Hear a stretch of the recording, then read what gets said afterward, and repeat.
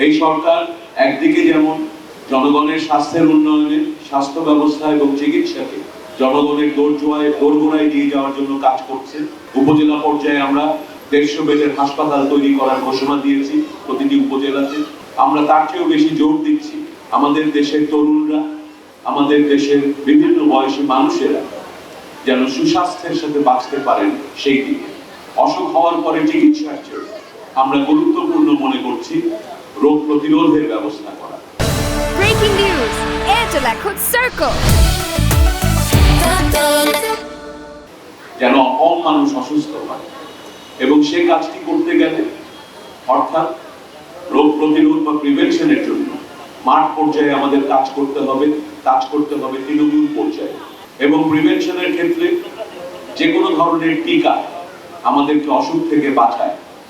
সে কারণে আপনারা জানেন ইতিমধ্যেই কিছুদিন আগে আমরা সফলভাবে মিজলস টিকার জন্য সারা দেশব্যাপী কাজ করেছি।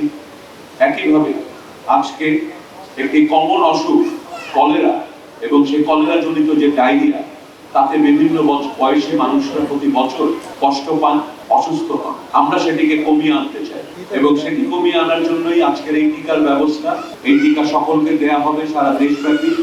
আপনাদের সকলের সহযোগিতায় কেবলমাত্র সম্ভব হবে, বিশেষ করে যে মানুষেরা গ্রামে থাকেন, হাসপাতাল এবং স্বাস্থ্য ব্যবস্থা থেকে দূরে থাকেন, দুর্গম অঞ্চলে থাকেন, চর অঞ্চলে থাকেন কিংবা পাহাড়ে দুর্গম জনপদে থাকেন।